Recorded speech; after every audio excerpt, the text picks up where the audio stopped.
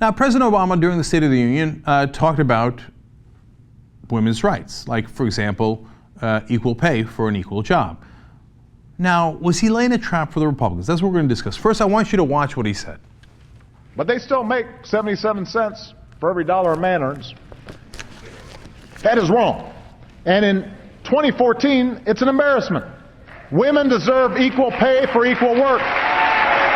It is time to do away with workplace policies that belong in a Mad Men episode. This year, let's all come together, Congress, the White House, businesses from Wall Street to Main Street, to give every woman the opportunity she deserves, because I believe when women succeed, America succeeds. Oh, God, that was such a great trap. Okay, number one, he makes the Mad Men reference, and so that's a pop culture reference that he knows the media is going to love, and they ate it up like, oh, Mad Men, oh, Obama said Mad Men, oh, he's so cool.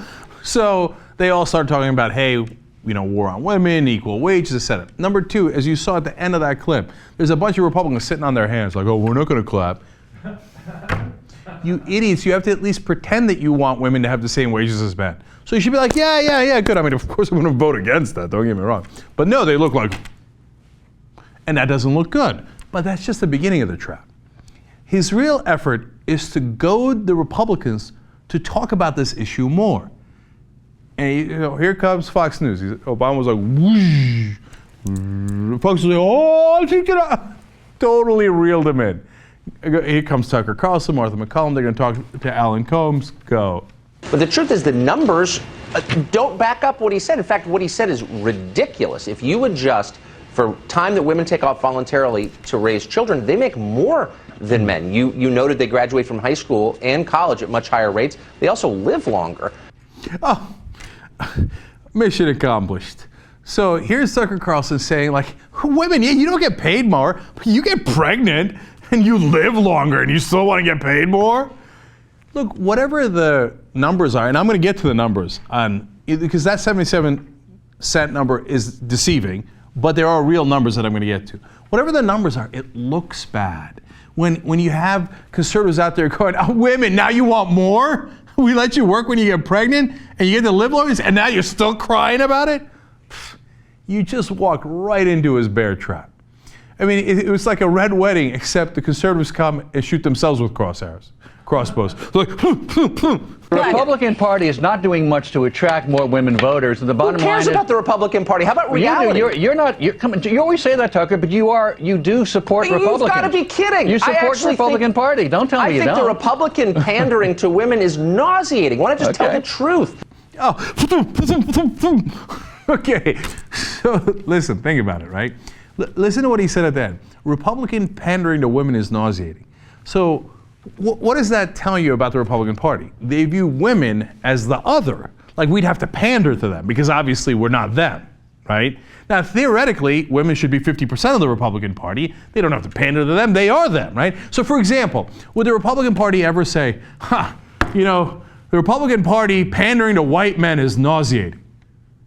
No, they are white men, right? So they wouldn't have to pander to them. It's who they are, right? So by setting the framing that way, you're helping Obama make the case that women aren't really part of your party.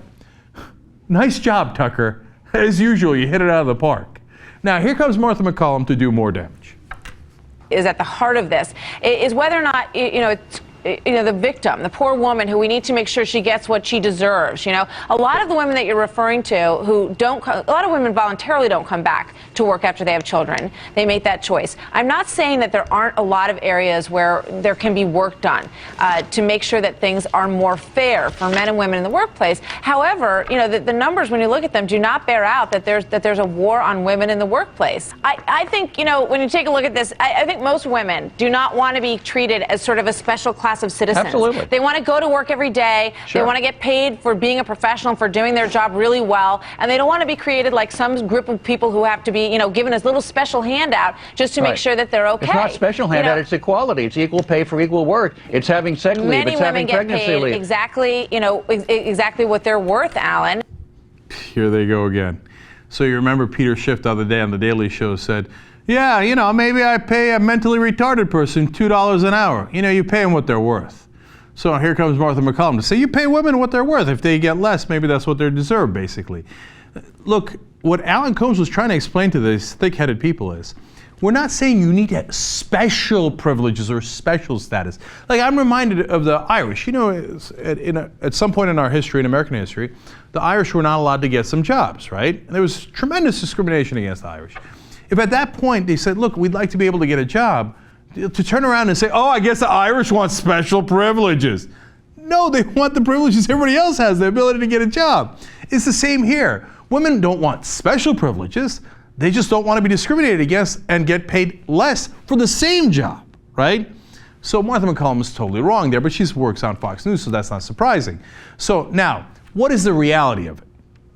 Look, they use the number 77 cents for every dollar. So a woman gets paid that as opposed to the man's dollar. Now, that is a little misleading, and you could even say deceptive, right? Because it's not for the same job. It's overall. Now, of course, what fields women go into make a big difference, how long they stay in those fields, etc. All those things are factors and lead to that number. But when you look at the same field, oftentimes you get the same results. For example, in the medical field, women doctors make, on average, $50,000 less than male doctors. Now, again, there's a little bit of an issue because there's some self-selection with women who choose to go into different lines of medicine. Okay? Now, some might say, hey, maybe they didn't choose as much as they were shepherded in those, but I'll put that aside. But still, 50,000 is a big number. But when you look at it in aggregate, and they've looked at studies here, and they say, yes, the professions that women choose are a certain percentage factor. And then, there's a list of other factors that are taken into account, and they account for a certain percentage of the difference between men and women. But 41% are due to, quote, unexplainable by measurable factors. Meaning that once you control for gender, racial, economic, and field differences, you still have 41% of that disparity that cannot be explained. So that appears to be the actual difference between men and women, which, by the way, is not 40% in salary. Understand, it's 40% of the difference of that extra 23 cents that men make. So I know there was some math involved there. The bottom line is, yes, men still do make more money for the same job. Okay. Now, when you get to the top of the ladder, by the way, funny enough, it doesn't get any better. Yes, female CEOs make a ton of money, but all CEOs make a ton of money. And in fact, there was just a recent study done on that by Bloomberg News. And they make female CEOs 18% on average less than male CEOs. So even when you get to the very top and you've shattered every glass ceiling there is, you're still going to make 18% less. In pharmaceutical companies, there's a female executive that's at the very top. At one of those companies, she makes 33% less than the average of her male peers. In Campbell's Soup, they have a female CEO. She gets paid very handsomely, but she makes 25% less than the same CEOs in the same industry, in the food industry. So yes, there's still an issue.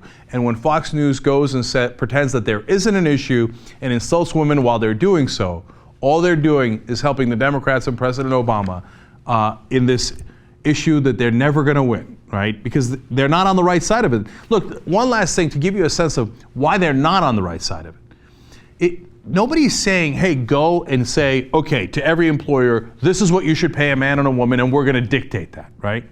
But, for example, the Lilly Ledbetter Act said, hey, you know what?